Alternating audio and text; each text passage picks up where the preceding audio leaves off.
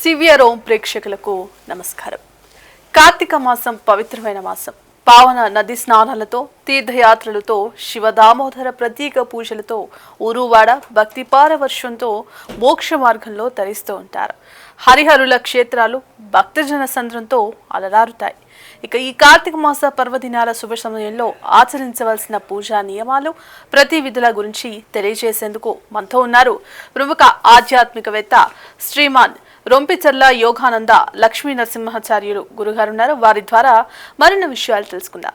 నమస్కారం గురుగారు. ఆయుష్మాన్ భవ, భగవద్ అనుగ్రహ ప్రాప్తి. గురుగారు, ముందుగా కార్యక్రమాన్ని మంచి శ్లోకంతో ప్రారంభిద్దాం. అలాగే వసుదేవసుతం దేవం కంసచానూరమర్దనం దేవకీ పరమానందం కృష్ణం వందే జగద్గురుం గోవిందాయ విద్మహే గోపీజనవల్లభాయ ధీమహి తన్నో కృష్ణ ప్రచోదయాతో.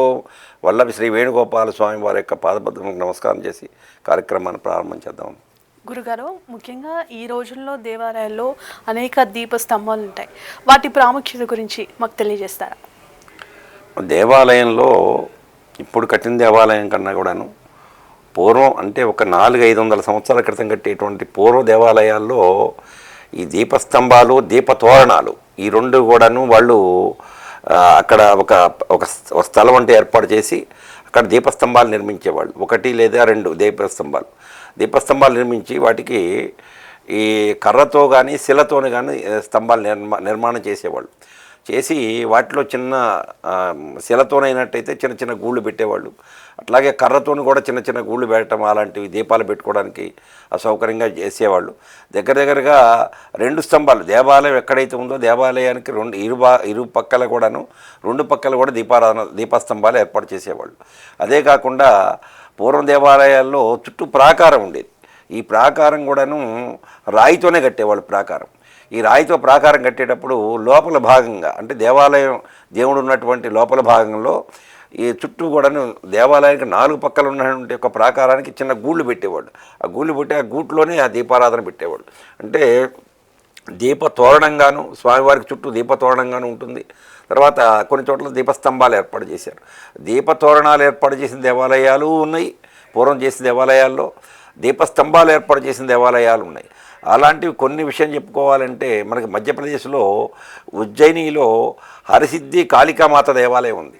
ఆ దేవాలయంలో దీపస్తంభాలు అక్కడ ఉన్నటువంటి మహారాజు గారు ఆ దీపస్తంభాలు ఈ శిలలతోనే ఏర్పాటు చేశారు. అంటే ఒక రాయితో నిర్మాణం చేశారు.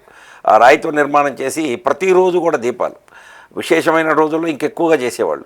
ఈ కార్తీక మాసంలో విశేషంగా ఆ దీపాలు వెలిగించడానికి ఒక అతన్ని నియమించేవాళ్ళు. ఆ దీపాలు వెలిగించడం అంతా కొండెక్కిన తర్వాత ఆ యొక్క దీపాలు పెట్టేటువంటి ప్రదేశాలను చక్కగా శుద్ధి చేయడానికి కూడా ఒక మనిషిని ఏర్పాటు చేసేవాళ్ళు. ఆ విధంగా మహారాజులు కూడాను ఈ దీపస్తంభాలు నిర్మాణం చేయటం, దీపారాధన తోరణాలు ఏర్పాటు చేయడానికి అంత శ్రద్ధ వహించేవాళ్ళు. ఎందుకోసం అంటే దీపతో లభతే ఆయుః. కార్తీక పురాణంలో దీపం వెలిగించడం వల్ల ఆయుష్ పెరుగుతుందని, దీపతో లభతే ఐశ్వర్య, రాజులకు కావాల్సినటువంటిది ఏంటి, ప్రజలంతా కూడా సుభిక్షంగా ఉండటం కావాల్సింది. కాబట్టి ఆ దీపారాధన వెలిగించడం వల్ల, దీపస్తంభాలు ఉండటం వల్ల, అవి కట్టడం వల్ల, దీపతోరణాలు కూడా ఏర్పాటు చేయటం వల్ల ఆ ప్రజలు, రాజవంశము, ప్రజలు వీళ్ళందరూ కూడా సుభిక్షంగా ఉంటారు అనేటువంటి ఒక ఆగమశాస్త్రం చెప్పినటువంటి పండితుల ప్రకారంగా వాళ్ళు ఆదరించి వాటిని ఏర్పాటు చేసేవాళ్ళు. ఆ దీపస్తంభం యొక్క మహత్యం అది. అయితే గురుగారు, మనం ఈ మధ్య చూసాం దేవాలయాల్లో భక్తుల రద్దీ కారణంగా అనేక ప్రమాదాలు జరుగుతున్నాయి. మరి అలానే మొన్న శ్రీకాకుళంలో కాశీబుగ్గ వెంకటేశ్వర స్వామి వారి ఆలయంలో భక్తుల రద్దీతో తొక్కిసలాట జరిగింది. మరి ఇట్లాంటి ఘటనలు అనేవి రద్దీ ఉన్నప్పటికీ యాజమాన్యం ఏ విధమైన చర్యలు తీసుకుంటే ఈ ఘటనలు అనేవి అరికట్టవచ్చు అంటారు? మంచి ప్రశ్న వేశారమ్మా. ఇప్పుడు చాలా చోట్ల కూడాను ప్రముఖమైన దేవాలయాలు ఏవైతే ఉన్నాయో ఆ ప్రముఖమైన దేవాలయాల్లో ముక్కోటి ఏకాదశి అని, లేదా ఈ కార్తీక మాసంలో సోమవారం అని, లేదా విశేషమైనటువంటి ఏకాదశులు, విశేషమైన పర్వదినాల్లో, కార్తీక పౌర్ణమి రోజున, ఇలాంటి విశేషమైనటువంటి రోజుల్లో దర్శించుకున్నట్లయితే అత్యంత పుణ్యమైనటువంటి ఫలితం కలుగుతుందండి. మిగతా రోజుల కన్నా కూడా ఎక్కువ ఫలితాన్ని ఇస్తుంది అనేటువంటిది ప్రవచకులు చెప్పటం, పండితులు చెప్పటం వల్ల వెళ్తున్నారు అని అంటారు. కానీ శాస్త్రంలో ఉన్నటువంటిది బయటికి తీసుకొచ్చే చెబుతున్నాం మేము. తీసుకొచ్చి ఆ ప్రజల ముందు, ఆ భక్తుల ముందు ఉంచితే కలియుగంలో ప్రతి వారికి కూడాను చాలా తక్కువ సమయం ఉంటుంది.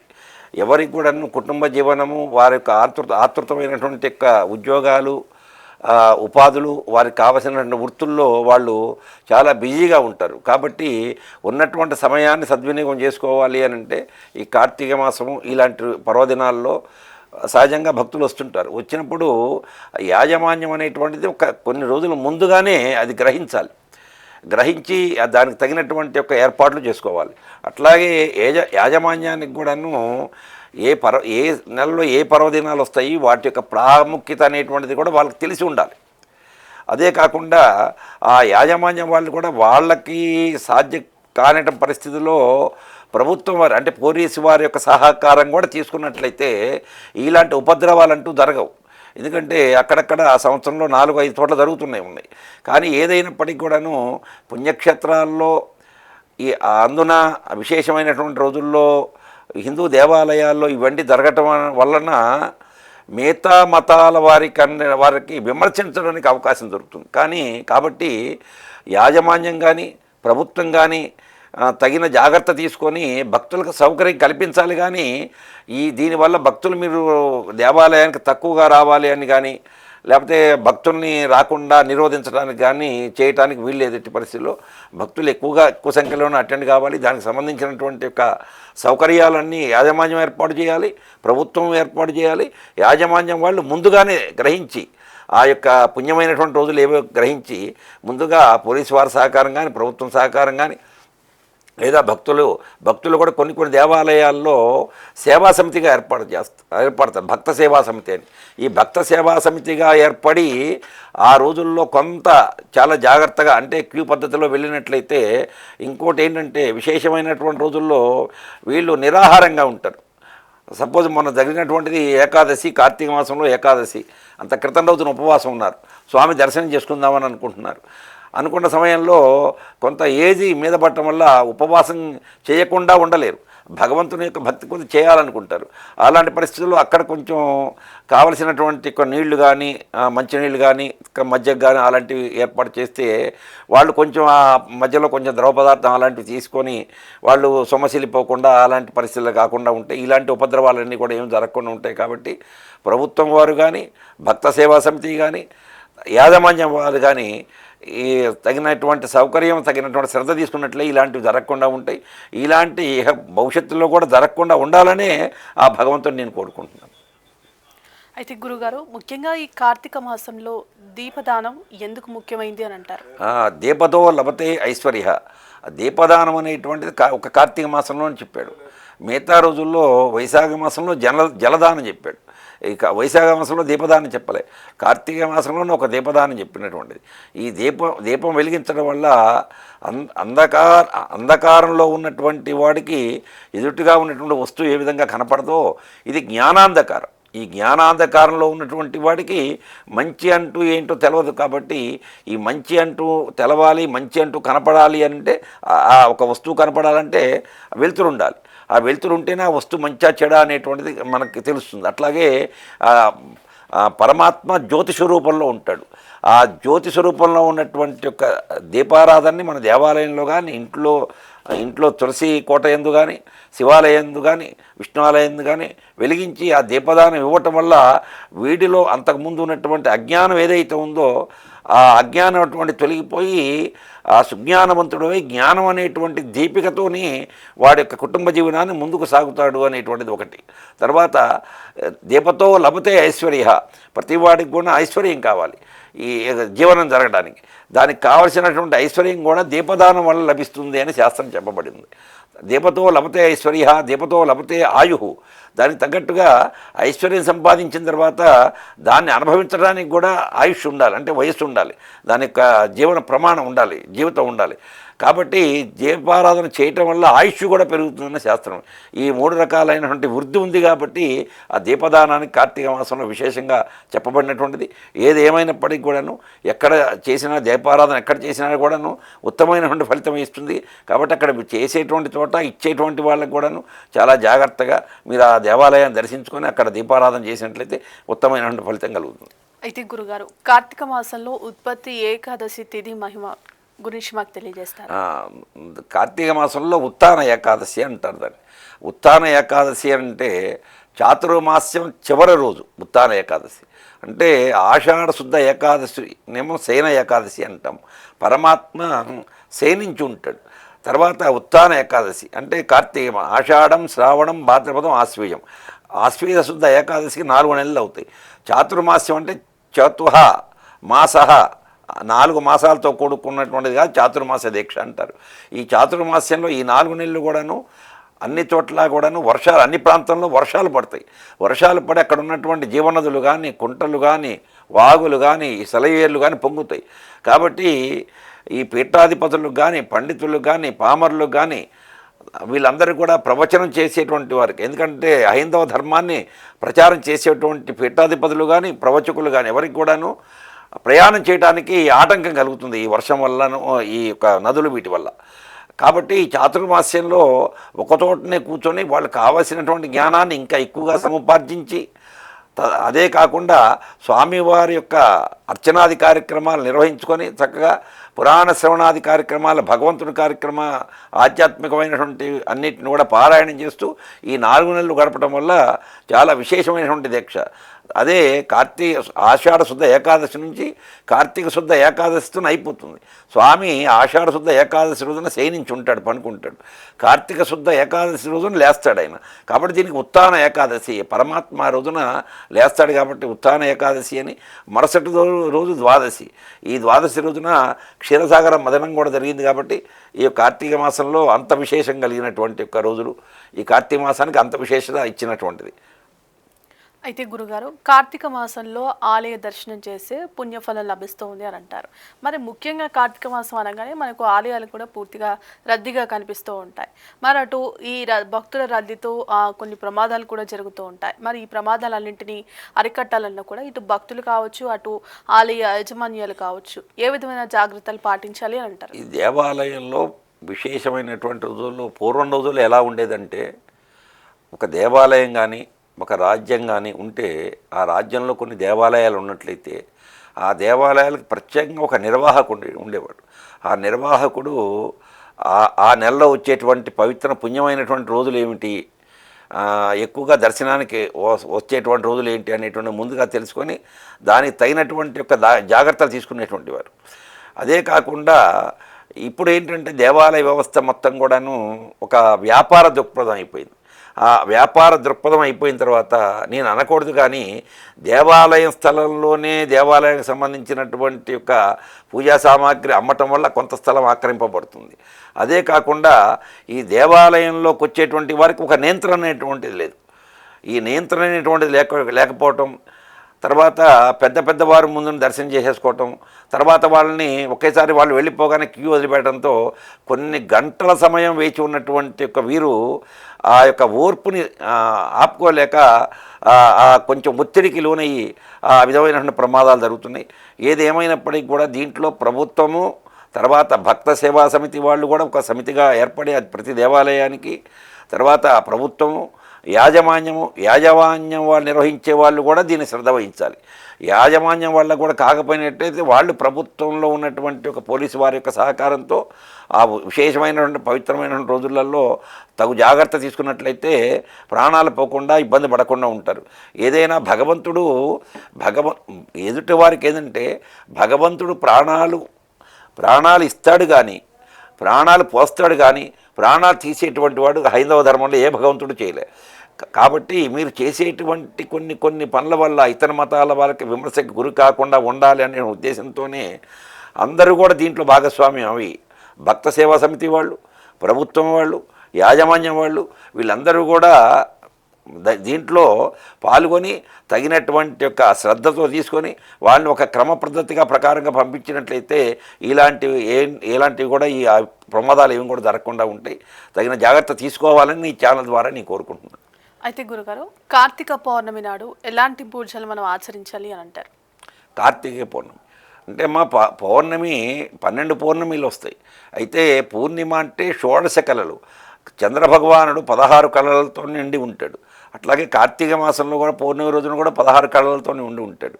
అయితే విశేషంగా చెప్పబడినటువంటిది మన వైష్ణవాగమంలో కానీ శైవాగమంలో కానీ రెండింటికి కూడాను ప్రాముఖ్యతగా పూర్ణిమకి ఇచ్చారు.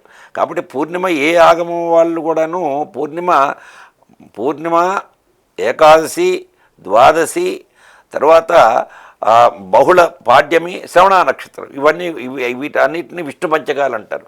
అట్లాగే శివ పంచకాలు కూడా ఉన్నాయి. శివ పంచకాల్లో పౌర్ణమి వస్తుంది, మాస శివరాత్రి అంటే ప్రతి నెల రోజుల్లో వచ్చేటువంటి నెలకోసారి వచ్చేటువంటి మాస శివరాత్రి ఉంది, ఏకాదశి ఉంది, ఇలాంటివి. తర్వాత ఆరుద్ర నక్షత్రం కూడా చెప్పుకుంటూ వచ్చారు. అంటే శివుడికి అత్యంత ప్రీతికరమైన నక్షత్రం, ఆయన ఆవిర్భవించిన నక్షత్రం. కాబట్టి ఈ శైవ ఆగమం వాళ్ళకి వైష్ణవ ఆగమం వాళ్ళకి కూడా కామన్గా ఉన్నటువంటిది పూర్ణిమ. కాబట్టి పూర్ణిమకి ఇరు ఆగమాల వాళ్ళకి కూడా అత్యంత పవిత్రమైనటువంటి రోజు ఇది. అదే కాకుండా ఈ నదులన్నీ కూడాను ఈ కార్తీక మాసంలో విశేషంగా ఏంటంటే పార్వతీ పరమేశ్వరులు కేవలం కైలాసాన్ని వదిలిపెట్టి 30 రోజులు కూడా భూమి మీదనే వసించి ఉంటారట. వసించి ఉండి ఎవరు వారి ప్రీతి కొద్దీ స్నానం చేస్తారు అనేటువంటి పరీక్ష చేస్తారట. పరీక్ష చేసి 30 రోజులు స్నానం ఎవరైతే చేస్తారో ఆరోగ్యవంతులు కానీ అనారోగ్యంగా ఉన్నటువంటి వారు అనారోగ్యంగా ఉన్నవాళ్ళు, తర్వాత బాలకులు వీళ్ళకి మినహాయింపు ఉంది, వాళ్ళకి వేడి నీళ్ళతో స్నానం చేయొచ్చు అని. కాబట్టి భూమి మీద పార్వతీ పరమేశ్వరులు ఉంటారు ఈ 30 రోజులు. అదే కాకుండా పూర్ణిమ అనేటువంటి రోజున ఈ కార్తీక మాసంలో ప్రతి నదిలో కూడాను కావేరి కానీ, తుంగభద్ర కానీ, గోదావరి కానీ, తర్వాత ఏ నదులైనా సరే, అదే కాకుండా చిన్న పిల్ల కాలువలైనా సరే, ఇంట్లో ఉన్నటువంటి బావి అయినా సరే, ఇప్పుడు బావులు లేవు, అన్నీ కూడా బోరింగ్లు వేసుకుంటున్నారు. ఈ బావులో అయినా సరే, పొలాల్లో ఉన్నటువంటి బావుల్లోనే సరే, గోష్పాదం అనేటువంటి అంటే ఆవు గిట్ట ఉన్నటువంటి యొక్క గుంటలో ఉన్నటువంటి తీర్థంలో కూడా గంగాదేవి ద్రవరూపంలో ఉండి వాళ్ళందరినీ కూడా కార్తీక మాసంలో కనీసం నీళ్లు నెత్తిమీద చల్లుకున్నప్పటికీ కూడాను పునీతులు చేస్తుంది. అంటే కార్తీక మాసంలో గంగా అన్ని యొక్క నదులలో కూడా ద్రవ రూపంగా ఉంటుంది కాబట్టి గంగా స్నానం చేసినంత ఫలితం కలుగుతుంది. కాబట్టి ఆ కార్తీక మాసంలో పూర్ణానికి కూడా అంత విశేషత ఇవ్వబడింది. అయితే గురుగారు, ఈ కార్తీక మాసంలో చేసే వ్రతాచారంలో మనం దీపారాధన ఎన్ని రోజులు చేయాలి అంటారు? మరి కార్తీక మాసంలో ప్రతిరోజు కూడా దీపారాధన చేయొచ్చు. ఈ దీపారాధన అనేటువంటిది ఉదయం స్నానం చేసే రోజు టైంలో మనకు ఆ స్నానానికి చెప్పాడు ఉత్తమే తారక అని. ఉత్తమం స్నానంలో కూడా ఉత్తమం, మధ్యమం, అధమం అని. అట్లాగే దేవతా స్నానము, ఋషి స్నానము, రాక్షస స్నానం అని. అయితే ఈ స్నానంలో ఉత్తమే తారక, ఉదయం నక్షత్రాలు ఉన్నప్పుడు స్నానం చేసినట్లయితే ఉత్తమమైన స్నానం అది దేవతా స్నానం అంటారు. అట్లాగే నక్షత్రం అదృశ్యమైనటువంటి ఒక 30 నిమిషాల లోపల కనుక స్నానం చేస్తే అది ఋషి స్నానం అంటారు. సూర్యోదయం అయిన తర్వాత స్నానం చేస్తే దాన్ని అధమ స్నానం అంటారు, దాన్ని రాక్షస స్నానం అంటారు. ఏ స్నానానికి ఫలితం ఆ స్నానానికి చెప్పబడి ఉంది. అయితే ఈ కార్తీక మాసంలో ఉత్తమమైనటువంటి స్నానమే చేయమన్నారు. ఋషి స్నానము, దేవతా స్నానాలు మాత్రమే ఇవి. అంటే నక్షత్రాలు ఉన్నప్పుడు, అంటే బ్రాహ్మ్య ముహూర్తంలోనే స్నానం చేయాలి. ఆ బ్రాహ్మ్య ముహూర్తంలో స్నానం చేసి ఆ బ్రాహ్మ్య ముహూర్తంలోనే దీపారాధన చేయమన్నాడు. అట్లాగే సాయంత్రం కూడా నక్షత్రాలు వచ్చిన తర్వాతనే స్నానం చేసి సాయంత్రం కూడా దీపారాధన చేయమన్నారు. ఈ కార్తీక మాసంలో 2 సార్లు కూడా దీపారాధన చేయటం అనేటువంటి ఉత్తమం. 30 రోజులు దీపారాధన చేయటం అనేటువంటి ఉత్తమం. అదే కాకుండా ఇంట్లో పూర్వం రోజుల్లో ప్రతి వాళ్ళు కూడా కాంపౌండ్ వాళ్ళు కట్టుకునేటప్పుడు ఆ ఇంటి ముందు గుమ్మానికి ఇరుపక్కల కూడాను చిన్న గూళ్ళు పెట్టుకొని దాంట్లో దీపారాధన పెట్టుకునేవాళ్ళు. అదే కాకుండా ఆ గ్రామంలో ఉన్న దేవాలయంలో ఇవాళ వరకు వీళ్ళు మర్చిపోయారు కానీ దేవాలయం నడుస్తూనే ఉంది ఇవాళ వరకు కూడా. ఆ దేవాలయంలో ఆకాశ దీపం అనేటువంటిది కార్తీక మాసం ప్రప్రదమైనటువంటి రోజున వెలిగిస్తారు. తర్వాత గౌరీ పాడ్యం వరకు కూడా వెలిగిస్తారు. వెలిగించి ఆ యొక్క ధ్వజస్తంభానికి కట్టి చేస్తారు. ఆ 1000 రంధ్రాలు ఉంటాయి ఆ యొక్క ఆకాశదీపానికి. ఆ ఆకాశదీపం కాయ అంటారు దాన్ని. ఆ యొక్క రంధ్రాల నుంచి చూసినటువంటి వారికి పూర్వజన్మలో ఈ జన్మలో చేసి తెలవక చేసిన పాపాలన్నీ కూడాను భస్మీపటలం అయిపోతాయి అని శాస్త్రం చెప్పబడింది. ఏదైనా కార్తీక మాసంలో స్నానానికి, దీపారాధనకి అత్యంత ప్రాముఖ్యత ఉంది. అయితే గురుగారు, కార్తీక మాసంలో మనం ఎలాంటి ఆహార నియమాలు పాటించాలి, ఏ ఆహారం తీసుకోకూడదు అని అంటారు? మా కార్తీక మాసంలో సాత్వికమైనటువంటి ఏ మాసంలోనే కూడాను సాత్వికము, రాజసము, తామసము ఆహార పదార్థాల్లో కూడాను 3 రకాలుగా చెప్పబడింది. తామసమైన సాత్విక ఆహారము అని అంటే ఉప్పు కారం తక్కువగా చేసి, ఏదైనా మనం దీక్షగా ఉన్నప్పుడు ఉప్పు కారం మిగతా రోజుల కన్నా కూడా తక్కువనే తీసుకోవాలి. అదే కాకుండా కాయగూరలు ఆకుకూరలు మాత్రమే తీసుకోవాలి. తర్వాత ఈ తామసాహారం అంటే ఆ మాంసాహారాన్ని తామసాహారం అంటాం. తర్వాత ఈ దీక్ష తీసుకునే వాళ్ళు కానీ, జపం చేసుకునేటువంటి వాళ్ళు కానీ, భగవద్ దర్శనం చేసుకోవడానికి వెళ్ళేవాళ్ళు కానీ, తీర్థయాత్రలు చేసేవాళ్ళు కానీ, మిగతా రోజుల్లో మనం రోజు తినేదానికన్నా కూడా ఉప్పు కారం తగ్గించి తిన్నట్లయితే నీ శరీరంలో ఉన్నటువంటి ఇంద్రియాలు నువ్వు చెప్పినట్టుగా వింటాయి. తామసాహారం తీసుకోవటం వల్ల ఆ ఇంద్రియాలు చెప్పినట్టుగా నువ్వు వినవలసి వస్తుంటుంది. అంటే శరీరం అనేటువంటిది నీ కంట్రోల్లో ఉండదు. ఆ ఇంద్రియాలు అనేటువంటిది చెప్పినటువంటి వినటం వల్లనే రాక్షసులందరూ కూడా వారి యొక్క మరణం, వారి యొక్క కుమారులు కూడా మరణం అనేటువంటిది వాళ్ళే చూశారు. ఆహార పదార్థంలో కూడా చాలా దోషాలు ఉంటుంటాయి. కాబట్టి ఈ సాత్వికమైనటువంటి ఆహారం ఈ కార్తీక మాసంలో తీసుకోవడం అనేటువంటి విశేషము. తర్వాత ఇంకో ప్రశ్న దీనికి అనుసంధానం ఏదో అడిగారు, దీంట్లోనే ఎలాంటి ఆహారం తీసుకోకూడదు అని అంటే తీసుకోకూడదు. ఈ తామసమైనటువంటి ఆహారం ఏదైతే ఉందో దాని జోలికి వెళ్లకుండా ఉండాలి. ఏదైనా కూడా దీక్ష తీసుకున్నప్పుడు ఒక నెల రోజులు అర్ధమండలమో మండలమో తీసుకున్న తర్వాత దీక్ష తీసుకున్నంతకాలం కూడాను సాత్విక ఆహారం తీసుకుంటారు. మీకున్నటువంటి అలవాట్లన్నీ కూడా తొలగించుకుంటారు, పక్కా పెడతారు. మళ్ళీ 41 రోజు అయిన తర్వాత మళ్ళీ ఆహారాన్ని తీసుకోవటం, మళ్ళీ అంతకుముందు నుండి అలవాట్లకే అలవాటు పడటం అనేటువంటిది నీ ఇంద్రియ నిగ్రహం అనేటువంటిది నీ చేతిలో లేదు అనేటువంటి స్ఫుటంగా అవుతుంది. కాబట్టి ఏదైనా ఇంద్రియ నిగ్రహం పాటించినటువంటి వారి దీక్షగా ఉంటుంది. అలాంటి దీక్షనే భగవంతుడు ఇష్టపడతాడు. అందుకనే విష్ణు సహస్రనామంలో ఆచార ప్రభో ధర్మో ధర్మస్య ప్రభోచ్యుత. నువ్వు దీక్షగా ఉన్నప్పుడు ఆయన ఇష్టపడుతున్నాడు. దీక్ష అయిపోయిన తర్వాత నువ్వు అంతకుముందు ఉన్నటువంటి అలవాట్లకి దేనికైతే లోనయ్యావో దానివల్ల దీక్ష తీసుకున్నప్పుడు చేసేటువంటి దానివల్ల ఉన్నటువంటి ఫలితం కూడా నిష్ప్రయోజనం అయిపోతుంది.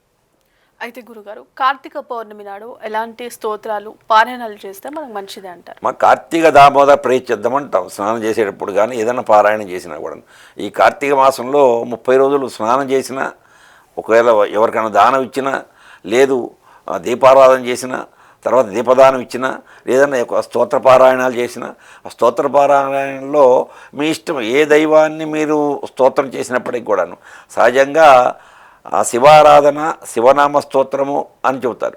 అయినప్పటికీ కూడాను దాంట్లో ఈ కార్తీక మాసాన్ని కౌముది మాసం అని ఈ కార్తీక మాసాన్ని దామోదర మాసము అని అంటారు. దామం ఉదరం ధారయతి ఇది దామోదర. దామోదరుడు అనేటువంటి పేరు ఎందుకు వచ్చింది అంటే విష్ణు భగవానుడికి దామం ఉదరం ధారయతి ఇది దామోదర సంస్కృతంలో ఉత్పత్త్యార్థం. అది దామము అని అంటే ఉన్నటువంటి ఏదైతే ఉందో ఆ పద్మానికి ముందుగా ఒక తూడు ఉంటుంది. అంటే ఒక ముందు భాగం అంటే దానికి ఉన్నటువంటి ఒక తామర తూడు అంటాం. ఆ తామరతుడు మొదలుగా ఉన్నటువంటిది. ఆ మొదలు కొంచెం దూరం వెళ్ళిన తర్వాత ఆ యొక్క పువ్వు వికసిస్తుంది. దాన్ని దామము అంటారు. ఆ దామం ఉదరం ధారయతీతి ఆయన యొక్క నాభిలో నుంచి వచ్చింది. ఆ దాంట్లో నాభిలో ధరించి ఉన్నాడు కాబట్టి పద్మాన్ని దామం ఉదరం ధారయతీతి దామోదర. దామోదర శబ్దం ఖచ్చితంగా విష్ణుమూర్తికి సంబంధించినటువంటిదే. అయినప్పటికీ కూడాను హరిహరులకి భేదం లేదు. ఈ విషయంలో కార్తీక మాసంలో హరుడికైనా పూజ చేయొచ్చు, హరికైనా పూజ చేయొచ్చు. మీ యొక్క ఇష్టాన్ని ఏ ఇష్టదైవం ఉన్నా సరే పారాయణం చేసుకోవచ్చు.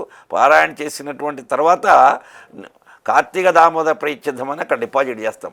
మనం ఎలా అంటే డబ్బు ఉన్నప్పుడు ఏం చేస్తామను ఇంట్లో ఉంటే ఏదన్నా పాడైపోతుందనో లేకపోతే దొంగల భయం ఉంటుందనో ఏదైనా భయం ఉంటుందని మన ₹1,00,000 డిపాజిట్ బ్యాంకులో వేసుకొని మనకు కావాల్సినప్పుడల్లా ఏదో రకంగా అక్కడి నుంచి విత్డ్రా చేసుకుని అట్లా తీసుకుంటాము. మనం చేసినటువంటి కార్తీక మాసంలో పుణ్య కార్యక్రమం ఏది చేసినప్పటికీ కూడాను ఆ దామోదర్ దగ్గర డిపాజిట్ చేసిన తర్వాత తదనంతరం మనకు వచ్చేటువంటి ఆపదలన్నీ పోగొట్టాలంటే ఆ డిపాజిట్లో నుంచి కొంచెం తగ్గుకుంటూ వస్తుంటుంది అన్నమాట. అది అసలు డిపాజిట్ అంటూ లేకపోతే మనకి చెక్ ఎట్లయితే బౌన్స్ అవుతుంటుందో అట్లాగే పుణ్యం అనేటువంటిది లేకపోతే ఆ పాపాన్ని మనమే అనుభవించవలసి వస్తుంటుంది. కాబట్టి కార్తీక మాసంలో ఏ దైవాన్ని స్తోత్రపారాయణ చేసినా, ఏ దైవాన్ని నామస్మరణ చేసినా కూడాను చాలా విశేషమైనటువంటిది. అయితే గురుగారు, ఈ కార్తీక మాసం అంతా కూడా మనం ఏ వృక్షం కింద దీపారాధన చేస్తే అత్యంత పుణ్యఫలం లభిస్తుంది? అయితే కార్తీక మాసంలో వనభోజనము అంటారు. దీన్ని స్కాందపురాణము ప్రథమాధ్యాయంలో మహేశ్వర ఖండము, విష్ణుఖండము అంటే వైష్ణవ ఖండము, తర్వాత బ్రహ్మఖండం అని 3 రకాలుగా విభజన చేశారు. 3 ఖండాలుగా ప్రథమ భాగాన్ని స్కాంద పురాణంలో. దాంట్లో వైష్ణవ ఖండం అనేటువంటి ద్వితీయ ఖండం. ఈ ద్వితీయ ఖండంలో వనభోజన మహాత్మ్యం అనేటువంటి కార్తీక మాసం గురించి చెప్పబడింది. విశేషంగా చెప్పబడుతూ ఖచ్చితంగా ఈ రోజున కార్తీక మాసంలో ఏదన్నా ఒకరోజు 30 రోజుల్లో మీరు ఆ గ్రామంలో వాళ్ళు అనుకోని కానీ, లేదా ఒక పాఠశాలలో వాళ్ళందరినీ అనుకోని కానీ, లేదన్నా ఒక ఆఫీసులో ఉన్నటువంటి వాళ్ళు ఉద్యోగస్తులందరికీ కూడా అనుకోని కానీ, లేదా రకరకాలుగా మీరు ఏదైనా సరే ఒక నలుగురు కూర్చున్నప్పుడు అనుకొని వనభోజనం చేయటం అనేటువంటిది విశేషం. ఈ వనభోజనం అని అంటే ప్రకృతిని ఆరాధించడమే. అంటే ప్రకృతిలో ఉన్నటువంటి అనేక రకాల చెట్లు ఉంటాయి. రావి చెట్టు ఉంటుంది, ఉసిరి చెట్టు ఉంటుంది, తర్వాత అక్కడ మామిడి చెట్టు ఉంటుంది, తర్వాత నేరేడు చెట్టు ఉంటుంది, వేప చెట్టు ఉంటుంది, రకరకాలైన సండ్ర చెట్టు ఉంటుంది, రకరకాల చెట్లు ఉంటాయి. అయితే బ్రహ్మ వైవత్త పురాణంలో ఒక్కొక్క మనకు అశ్విని నుండి రేవతి వరకు ఉన్నటువంటి నక్షత్రాలు ఉన్నాయి, 27 నక్షత్రాలు. ఈ 27 నక్షత్రాల్లోనే ఏ మానవుడైనా పుడతాడు, ఆడపిల్లవాళ్ళు కానీ మగపిల్లలు కానీ. దీనికి అతీతంగా లేదు, 28వ నక్షత్రం లేదు. అయితే ఏ నక్షత్రంలో పుట్టినటువంటి వారికి ఒక్కొక్క నక్షత్రంలో పరమాత్మ భూమి మీద ఒక వృక్షాన్ని ఇక్కడ పుట్టించడానికి ఏర్పాటు చేశాడు ఆయన. ఒక్కొక్క నక్షత్రంలో ఒక్కొక్క వృక్షం అన్నమాట. ఉదాహరణ చెబుతున్నాను. కృత్తికా నక్షత్రంలో సండ్ర చెట్టు పుట్టింది ఇక్కడ. ఏదైనా ఆ నక్షత్రం దోషం ఉన్నటువంటి వాళ్ళు సండ్ర మొక్కను ఒకటి నాటండి, మీకు ఆ దోషం పోతుంది అంటారు. అది ఉదాహరణగా చెబుతున్నాను. అలాంటివి ప్రకృతి పరమాత్మ రకరకాల వృక్షాలని ఏర్పాటు చేశాడు. ఈ వృక్షాలన్నీ కూడాను ఈ వర్షం వల్ల అవన్నీ పెరిగి పెద్దవయ్యి చక్కగా ప్రకృతి అనేటువంటిది పచ్చగా కనపడుతుంటుంది మనకి.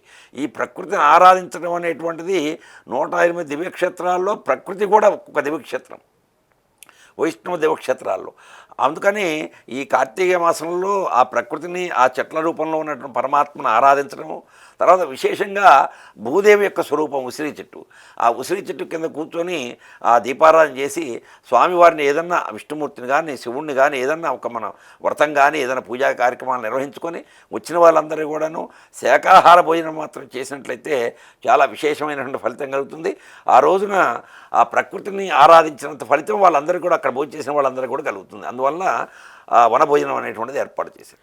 అయితే గురుగారు, ముఖ్యంగా కార్తీక మాసంలో దామోదర పూజ చేసుకునే విధానం ఏంటంటారు? కార్తీక దామోదర ప్రయిచ్చిద్ధం అంటాం. కార్తీక దామోదర ప్రయిచ్చిద్ధం అని అంటే మనకి విశేషంగా కార్తీక మాసంలో ఏ వ్రతం చేసినప్పటికీ ఉసిరి చెట్టు దగ్గర చేయాలి, లేదా ఉసిరి కొమ్మని తీసుకొచ్చేసి మనం సత్యనావ్రతం ఇంట్లో చేసుకున్నప్పటికీ, లేదా విష్ణుమూర్తి యొక్క ఆరాధన చేసుకున్నప్పటికీ త్రినాద వ్రతం అని అంటారు. అంటే ఆ పరమాత్మ శివుడిదే అది కూడాను. తర్వాత కేదారేశ్వర వ్రతం అంటారు, అది శివుడిదే. ఆ శివుడి వ్రతం చేసుకున్నప్పటికీ, లేదా అమ్మవారి యొక్క వ్రతం ఏదైనా చేసుకున్నప్పటికీ కూడాను ఈ కార్తీక మాసంలో ఏ వ్రతం చేసుకున్నప్పటికీ కూడా ఉసిరి చెట్టు కిందనే ఉసిరి చెట్టు యొక్క ఛాయ అక్కడే చేసుకోవాలి మొదట్లోనే. లేదు అక్కడ ఉన్న తోట దగ్గరికి వెళ్ళడానికి కుదరలేదు, మన ఇంట్లో ఉసిరి చెట్టు కూడా లేదు, ఉసిరి కొమ్మని తీసుకొచ్చి ఆ దేవుడి దగ్గర ఎక్కడైతే పూజ చేసుకుంటున్నామో పూజ చేసుకున్నటువంటి చోట పెట్టుకొని చేసినట్లయితే ఈ కార్తీక మాసంలో విశేషమైనటువంటి పూజ ఉసిరి చెట్టుగా చెప్పారు. అదే కాకుండా నీ ఇష్టం వచ్చిన దైవాన్ని ఆరాధన చేసుకోవచ్చు, దోషం లేదు. అయితే గురుగారు, ముఖ్యంగా కార్తీక మాసంలో ఏ పుణ్యక్షేత్రాలకు ఏ తీర్థయాత్రలకు వెళ్తే పుణ్యఫలం లభిస్తుంది? ఏదైనా కూడాను తీర్థయాత్రలు అని అంటే ఎన్నో గ్రంథాలని ఎన్నో పురాణాలని శోధించి మేము చెబుతాం, బాగానే ఉంది. కానీ అందరూ ఒకేసారి అక్కడికి వెళ్ళటం వల్ల అనుకోని సంఘటనలు కొన్ని జరగటం, దాన్ని ప్రవచకులు బాగా ఆ యొక్క క్షేత్రాన్ని బాగా ప్రాశస్త్యంగా చెబుతున్నారండి. ఏ యూట్యూబ్లో చూసినా ఏ ఛానల్లో చూసినా కూడా దాని ప్రాశస్త్యం చెబుతున్నారు. అందువల్ల భక్తులు అక్కడికి వెళ్తున్నారు, అందువల్ల ఈ ప్రమాదాలు జరుగుతున్నాయి అని అంటారు. చెప్పకపోతే ఆ గ్రంథాల్లో ఉన్నటువంటిది ఏదో మాకు తెలియపరచట్లేదు, మీరే ఉంచుకోవాలా, మీరే చేయాలా అది కార్యక్రమాలు అనేటువంటిది వస్తుంది. ఏది ఏమైనప్పటికీ కూడాను భగవంతుని ఆరాధించడం అనేటువంటిది మానవ జన్మలో అత్యంత ప్రధానమైనటువంటిది. ఇంకోటి, మానవ జన్మలో తెలిసి తెలవక చేసిన పాపాలన్నీ కూడాను పరమాత్మ యొక్క ఆరాధన వల్లనే పోతాయి. తర్వాత ఈ శరీరంతో చేసినటువంటి యొక్క పాపాలు ఏవైతే ఉన్నాయో శారీరకమైన పాపాలు ఆ నది స్నానం చేయటం వల్లనే, ఈ కార్తీక మాసంలో విశేష స్నానం చేయటం వల్లనే శారీరకమైన పాపాలు పోతాయి. అట్లాగే నోటితో నంట విశేషమైన ఒక తిట్టకూడని తిట్లు తిడతావు, వాళ్ళు దోషం చేయకపోయినప్పటికీ కూడాను ఆచమనం చేయటం వల్ల ఆ నోటితో చేసినటువంటి ఒక దోషం కూడా పోతుంది. అట్లాగే రకరకాలైన దోషాలు పోగొట్టడానికి గల కలిగినటువంటి ఒక విశేషమైనటువంటి మాసం కార్తీక మాసం. ఈ కార్తీక మాసంలో హరిహరులు కాశీ కానీ, సోమనాథ్ కానీ, గుజరాత్లో ఉన్న సోమనాథ్ కానీ, నాగనాథ్ కానీ, తర్వాత మహారాష్ట్రలో ఉన్నటువంటి భీమేశ్వరం కానీ, ఎక్కడ శివాలయాల్లోకైనా వెళ్ళొచ్చు, శ్రీశైలం కానీ ఎక్కడైనా వెళ్ళొచ్చు. అట్లాగే ఈ విష్ణు ఆలయాల్లో కూడా ఎక్కడైనా కూడా వెళ్ళొచ్చు. కానీ ఎక్కడికి వెళ్ళినప్పటికి కూడా ఎవరి యొక్క ఆర్థిక స్తోమతను బట్టి ఎక్కడికి వెళ్ళినప్పటికి కూడా ఓపికను బట్టి శారీరకమైనటువంటి యొక్క ఆరోగ్య పరిస్థితి దృష్ట్యా మనం ఏ దేవాలయం దగ్గర వెళ్ళినా, ఏ నదిలో స్నానం చేసినా కూడా, ఏ చేసినప్పటికీ కూడాను తగు జాగ్రత్త అనేటువంటిది అవసరము. అన్నీ కూడా మనం వందల వేలు లక్షల మంది అక్కడ వెళ్ళి దర్శనం చేసుకోవడానికి వెళ్ళినప్పుడు ఏ ప్రభుత్వం కానీ, కొన్ని సేవా సమితులు కానీ వాళ్ళకు కూడా చేయి దాటిపోతుంది వీళ్ళని కంట్రోల్ చేయటం.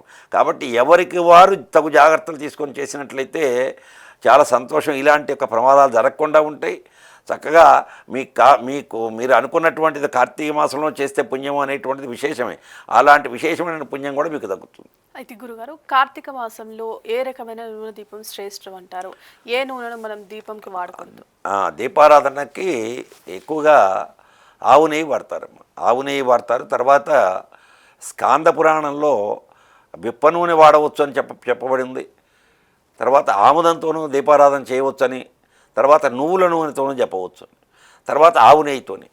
అంటే నేను ఒక పురాణాన్ని ఎందుకు ఉటంకించాను అని అంటే, కొంతమంది ఆవు నెయ్యితోని లేదా నువ్వుల నూనె చేయటం వల్ల నువ్వులు శనిదానానికి ఉపయోగించేటువంటిది, నువ్వుల నూనె కానీ, నువ్వులు నూనెతో దీపారాధన చేయటం వల్ల మీకు అంతకుముందు లేనటువంటి ఒక శని ఇప్పుడు చుట్టుకుంటుందని కానీ, ఇవన్నీ కూడా రకరకాలుగా చెబుతున్నారు. కాబట్టి వాళ్ళు చెప్పేటువంటిది తప్పు ఒప్పు అనేటువంటిది నాది విమర్శ కాదు.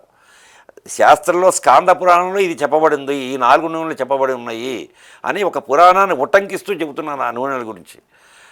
కాబట్టి విప్ప నూనెతోనూ చేయవచ్చు, తర్వాత తిల అంటే నువ్వుల నూనెతోనూ చేయొచ్చు, ఆవు నెయ్యితోనూ చేయొచ్చు, ఆముదంతోనూ చేయొచ్చు. చేసినట్లయితే చాలా విశేషం. దీపారాధన చేయటం అనేది ముఖ్యం.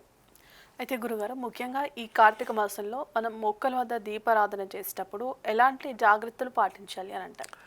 దీపారాధన చేసేటప్పుడు మనం అందుకనే పూర్వం రోజుల్లో ఏం చేసేవాళ్ళంటే, ఈ మడి వస్త్రము స్నానం చేసిన తర్వాత రేపు ఉదయం పూట స్నానం చేస్తారన్నప్పుడు ఈ రాత్రిపూటనే ఆరేసుకునేవాళ్ళు. అవి కూడా నూలు వస్త్రాలే ఉపయోగించేవాళ్ళు. ఆ నూలు వస్త్రాలు రాత్రిపూట ఆరేసుకొని తెల్లవారి పొద్దున్నే బ్రాహ్మ ముహూర్తంలో స్నానం చేసేసి ఆ బట్టలు కట్టుకొని చక్కగా శుచి అయినటువంటి ఆరేసి ఉన్నటువంటి బట్టలు కాబట్టి ఆ బట్టలు కట్టుకొని చక్కగా దీపారాధన చేసేవాళ్ళు. ఇప్పుడులాగా సిలుకులు కానీ ఇలాంటివి ఏమి లేదు. ఏది ఏమైనప్పటికీ కూడాను ఇప్పుడున్నటువంటి వస్త్రధారణ వల్ల దీపారాధన చేసేటప్పుడు తగు జాగ్రత్త తీసుకోవటం అనేటువంటిది అత్యంత ప్రాధాన్యతమైనటువంటిది. దీపారాధన చేసే పుణ్యం కన్నా కూడాను దీపారాధన చేసేటువంటి సమయంలో మనం తీసుకోవాల్సిన జాగ్రత్త అత్యంత ప్రాధాన్యమైనటువంటిది. అయితే గురుగారు, కార్తీక మాసంలో యమునికి దీపారాధన చేయరాదు అని అంటారు. దేనికంటారు? అసలు యమునికి మనం దీపారాధన ఎప్పుడు చేసుకోవాలి? యమ దీపారాధన అనంటే యమతదియ అని ఉంది. అంటే దాన్నే భగినీ అస్తభోజనం అని అంటారు. ఆ భగినీ అస్తభోజనం అనేటువంటిది రోజున పరమాత్మ ఆ యమధర్మరాజు తన సోదరి ఇంటికి వచ్చేసి భోజనం చేశాడట. భోజనం చేసి వెళ్తూ ఆయన చెప్పాడట, ఈ రోజున భోజనం చేశారు. ఈ రోజున ఎవరైతే భోజనం ఆ సోదరి చేతితో భోజనం చేస్తారో అలాంటి వారికి అపమృత్యు దోషము ఉండదు అని. అంటే ఈ శాస్త్రంలో ఏది చెప్పినప్పటికీ కూడాను ఇప్పుడున్నటువంటి భవిష్యత్తులో పరమాత్మ ఈ కలియుగంలో 125వ సంవత్సరం నడుస్తుంది. ఇప్పుడు ఈ సంవత్సరంలో అన్నాది జల్లుల యొక్క బంధుత్వం కానీ, అన్నతమ్ముల యొక్క బంధుత్వం కానీ, తర్వాత తల్లి కూతుళ్ళు కానీ, తండ్రి కూతుళ్ళు కానీ, తండ్రి కొడుకులు కానీ, ఈ బంధుత్వం అనేటువంటిది రక్త సంబంధమైనటువంటి బంధుత్వం అనేటువంటిది చాలా దూరం అయిపోయింది. ఈ దూరం అయిపోతుంది అనేటువంటి భవిష్యత్తు దాని కోసమనే వివాహం దగ్గర నుంచి మొదలుపెట్టుకుంటే కనీసం యమతదియ వరకు కూడాను ప్రతి పురాణాల్లో చెప్పబడినటువంటిది అదే. అందుకనే ఇంకొక విషయం చెబుతున్నాం, ఒక్క నిమిషం తీసుకొని.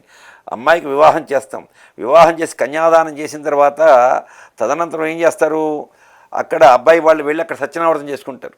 సత్యనావర్తం ఆ ఇంటికి అమ్మాయి కోడలుగా కొత్తగా వచ్చిందిగా, ప్రథమంగా గృహప్రవేశమైందిగా, అక్కడ సత్యనావర్తం చేసుకుంటారు. సత్యనావర్తం చేసుకున్నప్పుడు ఆ రోజు నుంచి ప్రారంభం అవుతుంది పసుపు కుంకుమ, గాజులు, పువ్వులు ఖచ్చితంగా తీసుకువెళ్ళవలసింది ఎప్పుడైనా సరే. పసుపు కుంకుమ, గాజులు, పువ్వులు, పండ్లు, వస్త్రాలు తీసుకుపోయి అమ్మాయికి అల్లుడికి ఇద్దరికి పెడతాం. అంటే ఆ బంధుత్వం అనేటువంటిది నీతోనే కాకుండా నువ్వు కన్యాదానం ఇంకొక ఇంటికి చేసినప్పుడు ఆ ఇల్లు ఈ ఇల్లు రెండు ఇళ్ళు కలిపి ఒకే ఇల్లు అవుతుంది. నీ అల్లుడు కుమారుడితో సమానం. నీ కుమారుడిని ఏ విధంగా చూసుకుంటున్నావో అల్లుడిని కూడా ఆ విధంగానే చూడు.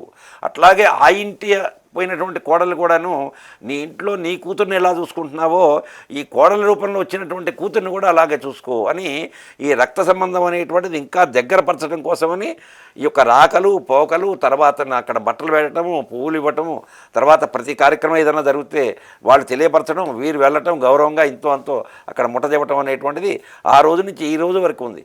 కానీ ఇప్పుడు ధనాపేక్ష వల్ల ఈ యొక్క రక్త సంబంధాలు అనేటువంటిది చాలా దూరం అయిపోయినాయి. ఏది ఏమైనప్పటికీ కూడా ఈ కార్తీక మాసమనో, వైశాఖ మాసమనో, మాఘమాసమనో, ఈ పుణ్య తిథులనో, యమ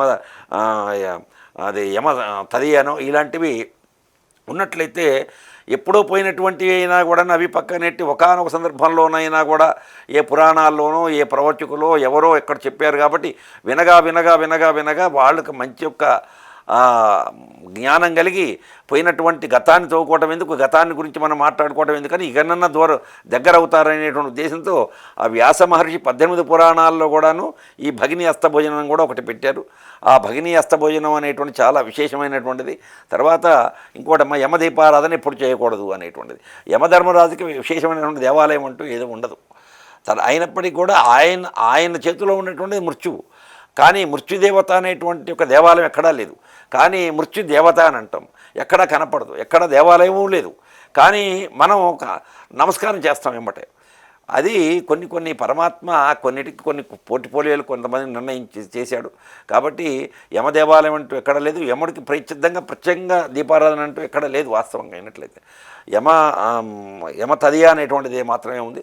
ఏది ఏమైనప్పటికీ పురాణాలు ఇవన్నీ కూడా చెప్పినటువంటిది ఏంటంటే ఈ యొక్క కుటుంబాలన్నీ కూడా చక్కగా రక్తబంధుత్వం అనేటువంటిది పోగొట్టుకోకుండా ముందుకి వెళ్ళాలి అనేటువంటి ఉద్దేశంతో చేసినటువంటి ఒక పురాణ వాంగ్మయము, హిందూ వాంగ్మయము. అయితే గురుగారు, కార్తీక మాసంలో తులసి పూజ ఎందుకు ముఖ్యమైనదిగా అంటారు? మా తులసి అనేటువంటిది శంఖచూడుని యొక్క భార్య తులసీదేవి. అయితే ఒకానొక సందర్భంలో ఆ శంఖ చరిత్ర ముందుకు వెళ్ళకూడదు, కొంచెం క్లుప్తంగా చెబుతాను. ఈ అన్ని పుష్పాల కన్నా కూడాను తులసీ దళం అత్యంత ప్రీతికరమైనటువంటిది. ఒకానొక సందర్భంలో భర్తను పోగొట్టుకున్నటువంటి తులసి అంతకుముందు తెలుసు ఈయనకు అర్ధాయుష్యం ఉంది, మధ్యలోనే మరణిస్తాడమ్మా అంటే నా ప్రాతివచ్చం చేత అతన్ని బతికించుకుంటాను అన్నది విష్ణుమూర్తితోని. అయినప్పటికీ కూడా వివాహం చేసుకున్న తర్వాత ఒకానొక సందర్భంలో రాక్షసుడు కదా అతను చేసుకున్నటువంటి శంఖచూడు రాక్షసుడు మరణం వచ్చేసింది. అది విష్ణుమూర్తి ద్వారానే అయింది. అయిన తర్వాత ఆమె కోరింది, స్వామి నేను ఇంతగనగా పూజ చేస్తున్నాను, పతియే ప్రత్యక్ష దైవం అన్నారు, అక్కడ కూర్చొని ఆయన యుద్ధం చేస్తున్నంతసేపు కూడా నేను పూజ చేస్తున్నాను కదా, మీలాంటి విఘాతం ఎందుకు కలిగింది అని విష్ణుమూర్తిని శాపం పెట్టబోయింది ఆ తులసీదేవి. శాపం పెట్టబోయిన సందర్భంలో ఆ శాపాన్ని మోయటం చేత, ఆ శాపాన్ని స్వీకరించడం చేత ఆ విష్ణుమూర్తి శాలిగ్రారు రూపమయ్యాడు.